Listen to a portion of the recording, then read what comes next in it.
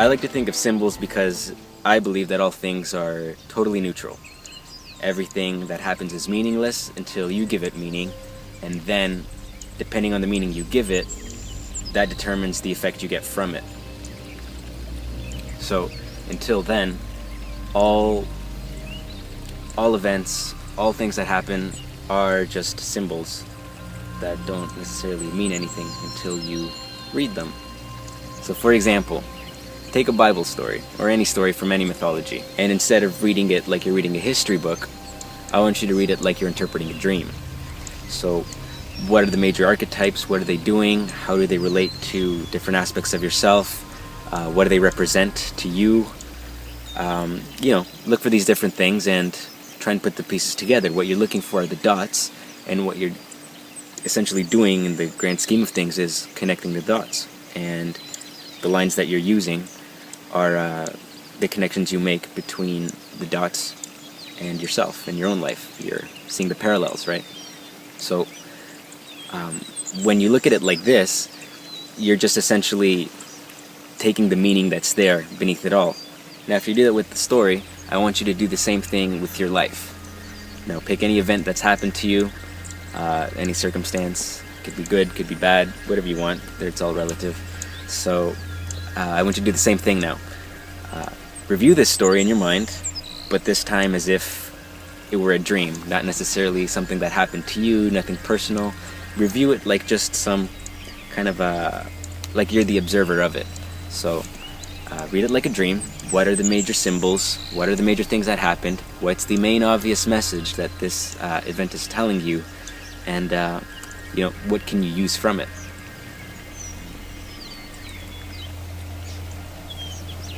Okay, so let's say the story is you were on your way to work and you're running a little bit late, so you decided to drive a little bit faster. Now in doing so, you passed a police officer who just so happened to be holding his radar gun out.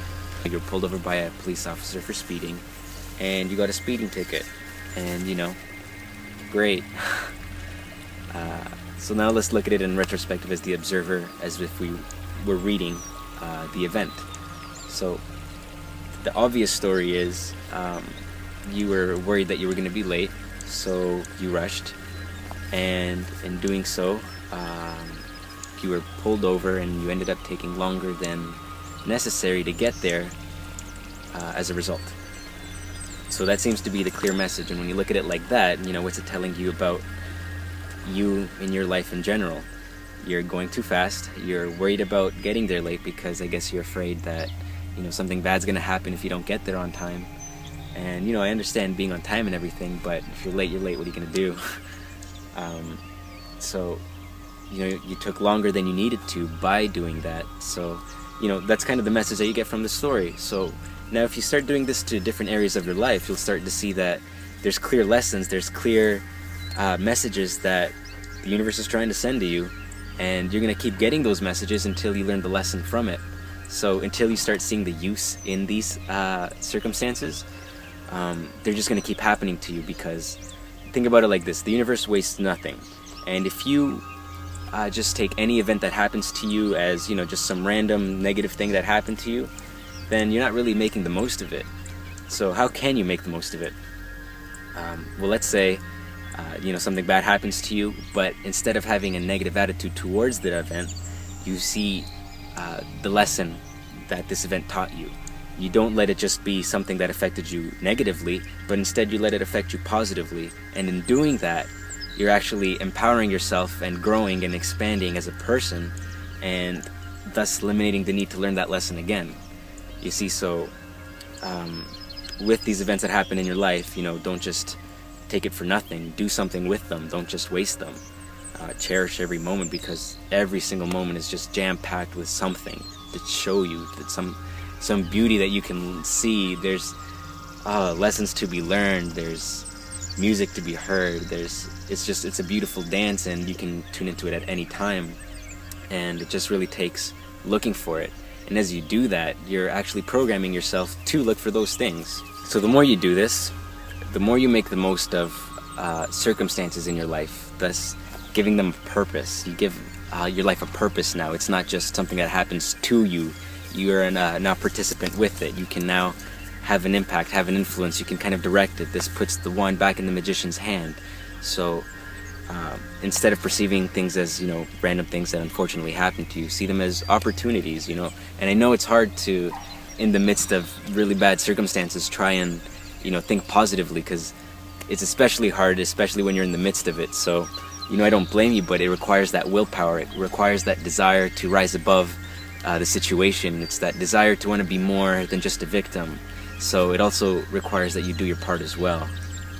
So the more you start programming yourself to believe that things happen for a reason, the more you'll see those reasons.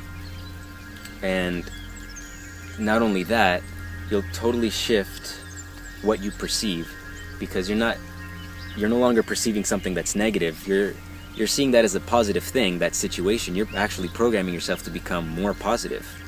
And when you do that, you will actually understand the true meaning of the kingdom of heaven. And this is what Jesus meant. It's not something that you wait for and die to have to go to. It's something that's here now and all around us and can be easily tuned into. And the more people do that, the more we bring heaven onto earth. And that's the point. The more we can start seeing the purpose behind things, the more we can start seeing how things have a positive effect. We're totally transforming a negative situation into a positive. And essentially the kingdom of heaven is just seeing how it's all perfect, because as you do that, you eliminate the belief in error, because no longer are things wrong or bad or an error. Now it's useful. Now it's something to work with. Now it's something that can actually help you grow. And as you eliminate your belief in error, because you now see how everything is both valid and acceptable, you will naturally be perceiving perfection and purpose everywhere. It's the same case with, the moment you decide, what you like, what you want, you start looking for it. You start seeing it in your environment. Your subconscious becomes aware and knows when to trigger you in the direction of what you want. So when you start wanting things to have a purpose, when you start wanting things to be positive, you're programming yourself to actually experience only positive things. So the kingdom of heaven literally means programming the habit of positive thinking so that you only experience positive experiences, because what you're perceiving determines what you experience. So if you're only perceiving positive things as having purpose, then that's all you're going to experience too. And that is the key to fulfillment and happiness. It's everything seen and unseen. It's everything that is and everything that isn't. It's the dark and the light. It's the objects in space and the space that holds them all. People often embrace either just one side or the other, either just the dark or just the light, or just the positive but not the negative. And so we say one is good and one is bad, but in reality they both come from the same place. They both serve a purpose. One allows you to experience the other. That's how important both are. So to say that one is this or one is that, it just doesn't work. So to call one bad is technically to take something perfect and judge it. And as you judge it, you misperceive it, and as a result miscreate for yourself. So it's not so much that, there's a reality that we exist in that's, governed by lack. It's more that because of our perception of lack, we've come to believe that that's the reality, thus experiencing a reality that's less than perfect. We need to get out of the mentality that perfection is an impossible goal, or it's something that's far out of reach and, we'll never attain it. But if you see it all as already perfect, and you can see yourself and everything around you as already perfect, then you will experience that. Guaranteed, 100%, without fail, every single time. If you actually see everything as already perfect, including yourself, you will experience that reality, or whatever you think perfection is, at the very least. If not, you will see perfection in its true form. You hear me talk often about the game and how life is a game. And the rule of the game is really simple, you make the rules with your beliefs. You can literally believe anything into existence. You can believe anything into existence. That means You can believe anything, and if you believe it enough, if you have faith enough in that belief, because again, this will work to the extent that you believe in it, you can manifest that. You can make that real. You can bring it into your experience, whatever that is. If you can imagine it, it exists somewhere and you can bring it to you. I mean, think about it. How many cases are there recorded in history of the placebo effect working? And not just selling sugar pills, but on a big scale. People have convinced themselves into health. You know, they've cured themselves of cancer and other really malicious diseases, and just with their thoughts, just with the power of the mind. I mean, I think that we got to stop thinking that we can do it all with this and start using this. I mean, I think if we have it, it's because it's really powerful. Because if you look at all around you, you know, you see really big animals, you see, you know, rough and tumble type of things that can survive out in the roughest type of situations, and then you see humans, these fragile little beings. In comparison, you know, there's got to be something that we evolved with that, you know, might have given us an upper hand. And in my opinion, I think it's the mind, because it's truly a powerful thing. You can believe that you're not in danger and not experience it. You can believe that fear doesn't exist and you will experience that.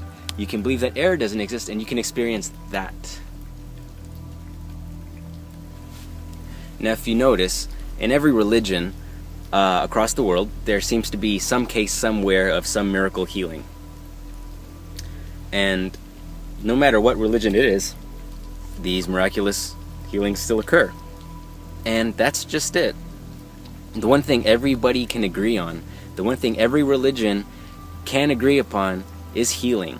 So instead of getting caught up in all the stories and their validity and if they happened or not and who's right and who's wrong, I mean, I think we should look at what the symbol of religion stands for. I mean, what's it for, really?